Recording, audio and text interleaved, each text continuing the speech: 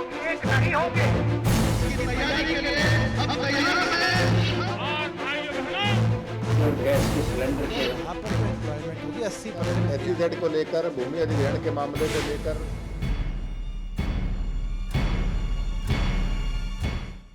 खुली बहस में आप सभी का स्वागत है। इस समय हम पलवल शहर में खड़े हैं, जिसका अपना एक ऐतिहासिक महत्व है। यहीं से ही महात्मा गांधी को पहली बार गिरफ्तार किया गया था। आज हमारे साथ जुड़ रहे हैं राजनीतिक पार्टियों के नेता और आम जनता। आइए जानते हैं इस शहर में कितना विकास किया गया है। हमारे साथ बातचीत के लिए मौजूद हैं कांग्रेस के नेता प्रवीण ग्रोवर जी।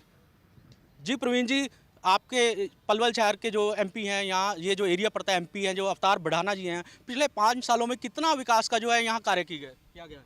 हमारे फरीदाबाद संसदीय क्षेत्र में जितना विकास पिछले 10 सालों में, क्योंकि इससे पहले वाली टर्म में भी अवतार बढ़ाना जी सांसद थे और इस टर्म में भी अवतार बढ़ाना जी ही सांसद हैं, तो पिछली बार भी उन्होंने विकास कार्य करे, उसी की बदौलत जनता ने उन्हें दोबारा चुना।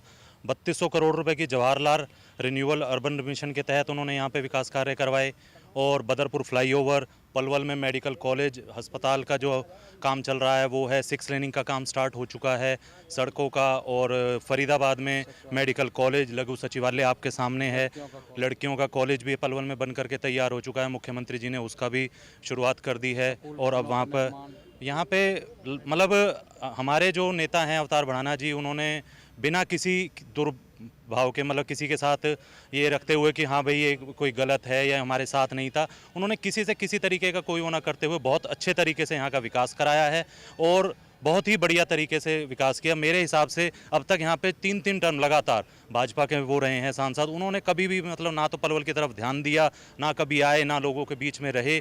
उन्होंने बहुत ही बढ़िया विकास कार्य करवाए हैं। मैं मतलब जनता से दोबारा अपील करता हूँ कि वो हमारे सांसद अवतार बढ़ाना को वोट दे करके विजयी बनाएं। चलिए अब जानते हैं आम आदमी पार्टी के कुलदीप कौशिक की राय कि यहाँ कितना विकास किया गया है और कांग्रेस ने जो दावा किया है विकास का वो कितना जो है वो प्रबल है। मैं बताना चाहता हूं कि जो हमारे 2 समय से जो है हमारे जो विधायक ये MP साहब रहे हैं, पहली बात तो इनको किसी ने संसद में सुनते नहीं देखा, कभी समस्या को उठाते नहीं देखा। किसी ने नहीं देखा कि संसद में भड़ाना जी बोल रहे हैं। लोगों का कहना है, लोगों का कहना होता है कि केवल लोगों का कहना होता है कि केवल वो इलेक्शन के समय जब कुछ समय होता है तब वो दिखाई देते हैं। गांव की सड़कें देख लीजिए, वही 60 साल पहले जो लाइट गांव में आती थी, वही सड़कें जो गांव और शहर की जो आज है, वही स्कूल है, वही स्कूल, वही डॉक्टर्स। यदि डॉक्टर्स है तो दवाई नहीं, दवाई है तो मशीन नहीं, मशीन है तो उसको देने वाले नहीं। प्लीज़ प्लीज़ मेरे भाई मुझे तो कहने दो, प्लीज़ प्लीज़ कहने तो दो मुझे। वो जब आपका नंबर आए तब कहना। ये ज़्यादातर आप किसी से पूछ सकते हैं कि देश में जो दुर्दशा की है, चपरासी से लेकर HCS की नौकरियों के दाम लगाए जाते, बेची जाती है, गुमराह किया जाता है नौकरियों के नाम पर, लोगों को पैसे लिए जाते हैं और नेता कहते कि मैंने नौकरी लगाया। इनसे पूछा जाए क्या नौकरी आप लगाते हो? आप किस डिपार्टमेंट में काम करते हो जो नौकरी लगाते?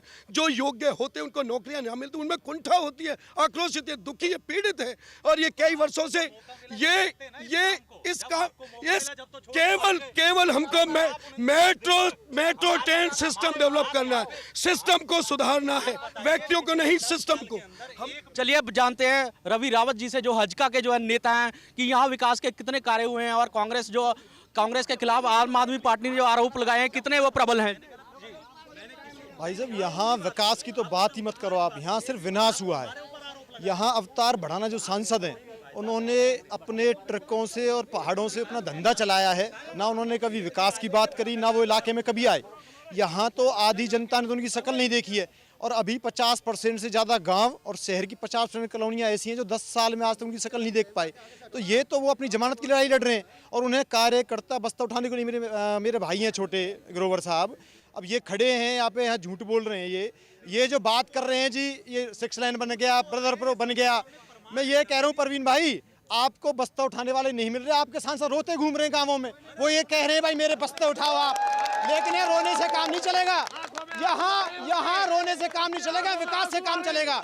और यहाँ नरेंद्र मोदी की लहर है और विधायक कृष्णपाल जी, उनके साथ 36 बिरादरी है और उनकी जीत तय हो चुकी है।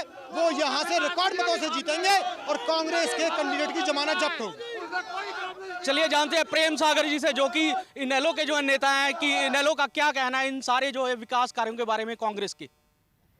सबसे तो पहले तो मैं आपको ये बता दूं, जो हमारे इस शहर की लाइफलाइन ये पार्क है, ये चौधरी ओम प्रकाश चौटाला की देन है। बीजेपी की देन है जी। ये ओम प्रकाश चौटाला की देन है। और हमारे पर सुनने की क्षमता रखिए। आप सुनने की क्षमता रखिए, आपके कैंडिडेट का भी बताएंगे। उधार लिए पूरे हरियाणा में कैंडिडेट आपने, कांग्रेस से आपका मैच फिक्स है, कांग्रेस से मैच फिक्स है।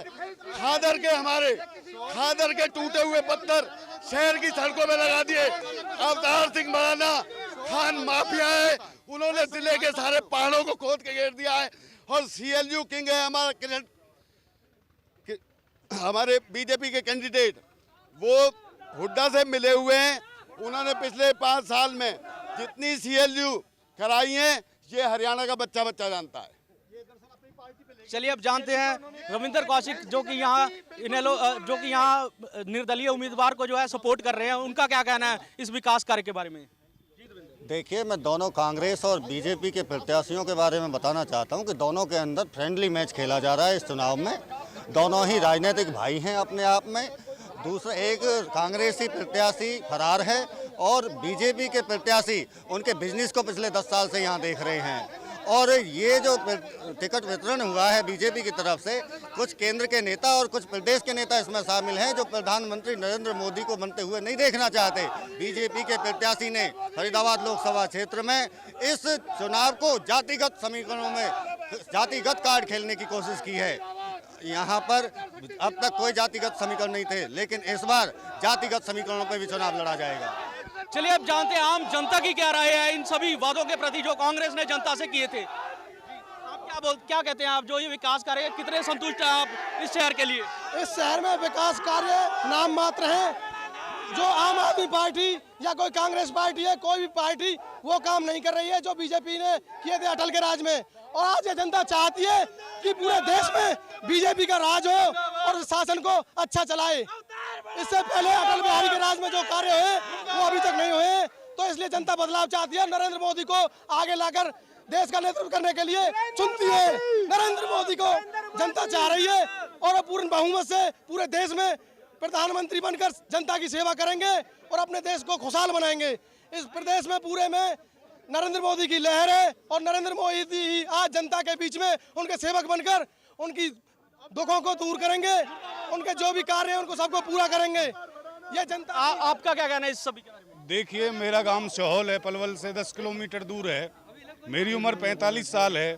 मैंने कांग्रेस को भी देखा, चौधरी ओम प्रकाश चौटाला जी को भी देखा, दोनों को देखा है। लेकिन विकास के नाम पे हमारे यहाँ पे ना पलवल पे कुछ भी नहीं है, बिल्कुल जीरो कह सकते हैं। अब हालात ये हैं, जब दोनों को देख लिया तो तीसरा ऑप्शन बीजेपी है। इसलिए नरेंद्र मोदी जी के लिए देखते हुए हमने अब की बार बीजेपी को देखा। आप क्या बोलते हैं, किस प्रत्याशी को आप चुनेंगे? हम कृष्णपाल गुर्जर को चुनेंगे जी। क्यों चुनेंगे? क्या किया उन्होंने? फरीदाबाद सबसे बेस्ट शहर था एशिया में कुछ दिन पहले, अब इन्होंने इतना पिछड़ा कर दिया, गुड़गांव नोएडा इतने आगे निकल गए और फरीदाबाद बिल्कुल फकीराबाद बना दिया। मेरा बस इन सभी पार्टियों से एक ही बात का पूछना, जब पिछले 10 साल से देश लुट रहा था, ये सारी पार्टियां कहाँ थी? पूरे 10 साल शोषण किया है इसका पूरे देश का, कहाँ थी ये सारी पार्टियां? आज उनको आंदोलन याद आता है, आज आंदोलन याद आ रहा है इन लोगों को। इनसे पूछो कहाँ थी ये भाजपा, कहाँ थी इनेलो? आज इनको याद आ रही है, आज इनको मतलब चुनाव आ रहा है, जब इनको सीट लेनी है, जब जनता के बीच में जा रहे हैं। कहाँ थे ये लोग? इनसे पूछो सारी पार्टियों से कहाँ थे ये लोग। सिर्फ एक ही पार्टी थी, अरविंद केजरीवाल की पार्टी, जो जन जन के पास पहुंच रही थी, जो जन जन के पास पहुंच रही थी, कि आंदोलन कर रही थी सड़क पे। कोई भी पार्टी उठकर नहीं आई। क्या ये बीजेपी वाले? आप क्या कहेंगे इस सारे मामले पर? क्या विकास के यहाँ कार्य हुए हैं, आप संतुष्ट हैं क्या उनसे? विकास के कार्यों से मैं संतुष्ट हूँ। जैसे कि आपके सामने प्रमाणित है, जैसे लघु सचिवालय बना, पुराने मुगलों के टाइम का ये सचिवालय है। और यहाँ पर जो डेवलपमेंट के जो काम करे हैं वो उनको ऐसा नहीं है कि जो आदमी देख ना सके उनको, वो आपके सामने प्रमाण है सारे। और जो उसने डेवलपमेंट, मेडिकल कॉलेज, और यहाँ पलवल एरिया में किसी का वो नहीं था कि कोई मेडिकल कॉलेज ला के रख दे, गर्ल्स स्कूल और ये सारे डेवलपमेंट आप सभी सारी पूरी जनता के सामने। I support Congress, mister Avtar Singh Bhadana only. आइए जानते हैं इन सभी राजनीतिक दलों के नेताओं से कि क्या क्या वादे लेकर इनकी जो पार्टियां हैं वो चुनाव में उतरेंगी। जी प्रवीण जी, क्या क्या जो कांग्रेस ने वादे किए हैं इस बार जनता से और किन वादों को लेकर जो है कांग्रेस इस बार चुनावी मैदान में है? कांग्रेस का वादा विकास का है, हर हाथ शक्ति, हर हाथ तरक्की, ये वादा है हमारी कांग्रेस का। दूसरा मैं कहना चाहूँगा कि जो एक सांसद का कार्य होता है अपनी सांसद निधि का अपने क्षेत्र में विकास करने के लिए उसका खर्च करना, उसमें हमारे सांसद अव्वल नंबर पर हैं। उन्होंने अपने सांसद निधि का बेहतर उपयोग किया है, पूरे फरीदाबाद संसदीय क्षेत्र में उन्होंने पूरा उसका उपयोग किया है और आगे भी जब हमें जनता मौका देगी हम दोबारा से इस संसदीय क्षेत्र का प्रतिनिधित्व करेंगे तो फिर दोबारा से विकास के कार्य की झड़ी जिस तरीके से लगाई है उसे और बेहतर तरीके से महिला सशक्तिकरण को लेकर के, एजुकेशन को लेकर के, स्वास्थ्य को लेकर के और भी जो मुद्दे हैं, बुनियादी मुद्दे हैं, उनको लेकर के हम जनता के बीच में जाएंगे और जनता के विकास के लिए काम। मुख्य मुद्दा इस सीट के लिए क्या होगा आपकी पार्टी का? नहीं, हमारा मुद्दा, हम लोगों ने तो विकास कराया है, जिसका बदापुर फ्लाईओवर आप प्रमाण है। पहले 6-6 घंटे 4-4 घंटे वहां पे आपको जाम में रुकना पड़ता था, आज 1 मिनट में आप देखिए आरओबी बन रहे हैं रेगुलर और मेट्रो बल्लभगढ़ तक आ चुकी है। वो किसका है? जो नहीं, टूल टैक्स का जो वो है वो बीजेपी ने शुरू किया। अटल बिहारी वाजपेयी जी के कार्यकाल में NHAI का गठन हुआ, जिसके दौरान ये टूल टैक्स वसूले जाते हैं। ये NHAI का गठन अटल बिहारी वाजपेयी जी की सरकार में हुआ था। आप इस बात को जानिए, जो बीजेपी वाले अगर इस बात को मेरे से पूछ रहे हैं। National highway authority of India, national highway authority of India, national highway authority of India. आप पूछिए वो शराब। आप कांग्रेस के बारे में क्या बोलते हैं? आप कांग्रेस जो मैंने कह दिया, कांग्रेस ने 65 साल राज किया, अभी गांवों की हालत इतनी बेकार है, सड़क और बिजली भी नहीं है, कुछ भी नहीं कर पाती है।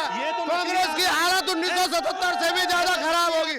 जो इनके नेता लड़ने से मना कर रहे हैं, दूसरी पार्टियों में जा रहे हैं। आम आदमी पार्टी से पूछते हैं, कांग्रेस के ने जो विकास के वादे किए कितना खरा उतरेगी कांग्रेस अपने वादों पर?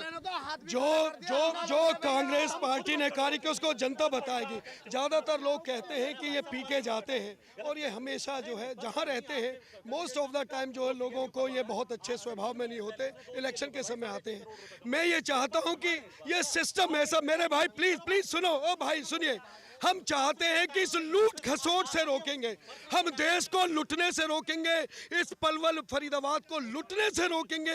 जागीर बना लिए नेताओं ने, अधिकारियों ने मिलकर देश को लूट रहे हैं, ऐसी व्यवस्था देना चाहते हैं। मुख्य मुद्दा क्या होगा पार्टी का, आपकी पार्टी का इस जो सीट के लिए? भ्रष्टाचार मुक्त भारत, भ्रष्टाचार मुक्त हरियाणा और भ्रष्टाचार मुक्त फरीदाबाद। जो लूट खसोट और इनको जवाबदेही नेताओं अधिकारियों को 1000 करोड़ की संपत्ति, एक एमएलए और एक सांसद पूछा जाए कि तुम्हारे पास इतनी संपत्ति आई कहां से?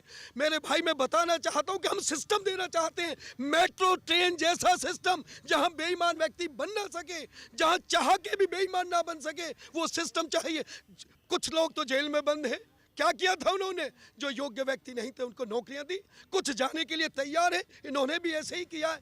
चपरासी की नौकरी को लेकर 80 तक की नौकरियों की कीमत लगाई गई है, बेची जाती है। हर विधायक, दिल्ली में जनता ने आपको जो है पूरा सहयोग दिया था और जिताया भी केजरीवाल को, तो आम आदमी पार्टी की सरकार ज्यादा दिन नहीं चल सकी, आपका क्या कहना है? 49 दिन सरकार चली, उसमें भी उस लोगों से जाके पूछिए कि वहां पर भ्रष्टाचार कम हो गया, वहां पर सिपाही, वहां पर अधिकारी, प्रशासनिक अधिकारी रिश्वत लेने से डरने लगे, सबके पास नंबर, मोबाइल नंबर, SMS ये किया गया। वहां पर जो इन्होंने जन लोकपाल बिल जैसे कानून को पास नहीं होने दिया दोनों सरकारों ने। ये हमारी बेबसी लाचारी थी, हम उस व्यवस्था को बनाना चाहते थे, उस कुर्सी से चुपका नहीं रहना चाहते थे। केजरीवाल जी कहते हैं 1000 बार कुर्सी को त्याग सकते हैं, हजारों बार अरविंद जी कहते हैं हम देश को बदलना चाहते हैं, कुर्सी को नहीं। चाहे व्यक्ति कोई हो, चेहरा कोई हो, सत्ता कोई हो, व्यवस्था चाहिए। अब देश को लुटने से रोकना है, उसको सुशासन देना, अच्छी व्यवस्था, उसको शासक नहीं देने, व्यवस्थापक देने हैं देश को, व्यवस्थापक, अच्छे व्यवस्थापक। कोई महकमा हो वही लूट खसोट, वही घूसखोरी, वही रिश्वतखोरी, वही। चलिए जानते हैं हजका का जो प्रत्याशी है, हजका के नेता हैं, उनकी क्या राय है, वो क्या वादे करते हैं जनता से? हमारे गठबंधन वादे नहीं करता, हम काम करके दिखाएंगे। पिछले 10 साल में जो फरीदाबाद का विनाश हुआ है हम उसे दुरुस्त करेंगे। और सबसे बड़ा मुद्दा यहाँ युवाओं को रोजगार का है, यहाँ उद्योग स्थापित करने का है KMP ठप पड़ा है उसे बनवाने का है। तो हमें पूर्ण विश्वास है कि हमारी जनता ने जीत तय कर दी है और ये पार्टियां कहीं लाइन में नहीं है, ये जमानत की लड़ाई लड़ रही है। कृष्णपाल जी MP बनेंगे, नरेंद्र मोदी जी प्रधानमंत्री बनेंगे और कुलदीप जी और नरेंद्र मोदी जी और कृष्णपाल जी मिलकर इस फरीदाबाद का विकास करेंगे। जो इनेलो है और आपकी कांग्रेस पार्टी है वो ये इल्जाम लगाती है हजका के पास प्रत्याशी नहीं है और वो जो है किराए पर प्रत्याशी लेकर उतार रही है इन चुनावों में। आपका क्या कहना है इसके बारे में? जहां तक इनेलो की बात है, उनको तो हमारा लोकल प्रत्याशी नहीं मिला, वो दिल्ली से हेलीकॉप्टर में बैठा के प्रत्याशी लाए हैं, उनके पास तो कैंडिडेट ही नहीं है। और जहां तक हजका भाजपा की बात कर रहे हैं, ये तो 16 मई को पता चलेगा जब 10 की 10 सीटों पर हमारे कैंडिडेट विजयी होंगे और इनकी जमानत जब्त होगी। तो क्या आप मुख्य वादा करते हैं जनता से और क्यों जनता आपको वोट डाले? मैं जनता से कहता हूं जनता हमें वोट डाले। हम जो पिछले 60 साल में कांग्रेस ने नुकसान किया है और 10 साल में खासकर अवतार सिंह बढ़ाना ने जो इलाके का विनाश किया है, हम दुरुस्त करेंगे। और सबसे बड़ा मुद्दा यहाँ भ्रष्टाचार और युवाओं के रोजगार का है। हमें उम्मीद है कृष्णपाल जी एक अच्छे MP बन के साबित होंगे और युवाओं को रोजगार के लिए रास्ते खुलवाएंगे, उद्योग स्थापित करवाएंगे। और सबसे बड़ा जो अभी मेरे कांग्रेसी भाइयाँ कह रहे थे कि हमने वो किया, इन्होंने टोल के रूप में जनता लूटने का काम किया है, हम टोल हटवाने का काम करेंगे। सरकार आते ही हम टोलों को हटवाएंगे और आम आदमी को सड़क पर चलने के लिए खुला करेंगे। चलिए बात करते हैं निर्दलीय उम्मीदवार से कि निर्दलीय उम्मीदवार को क्यों जनता वोट दे।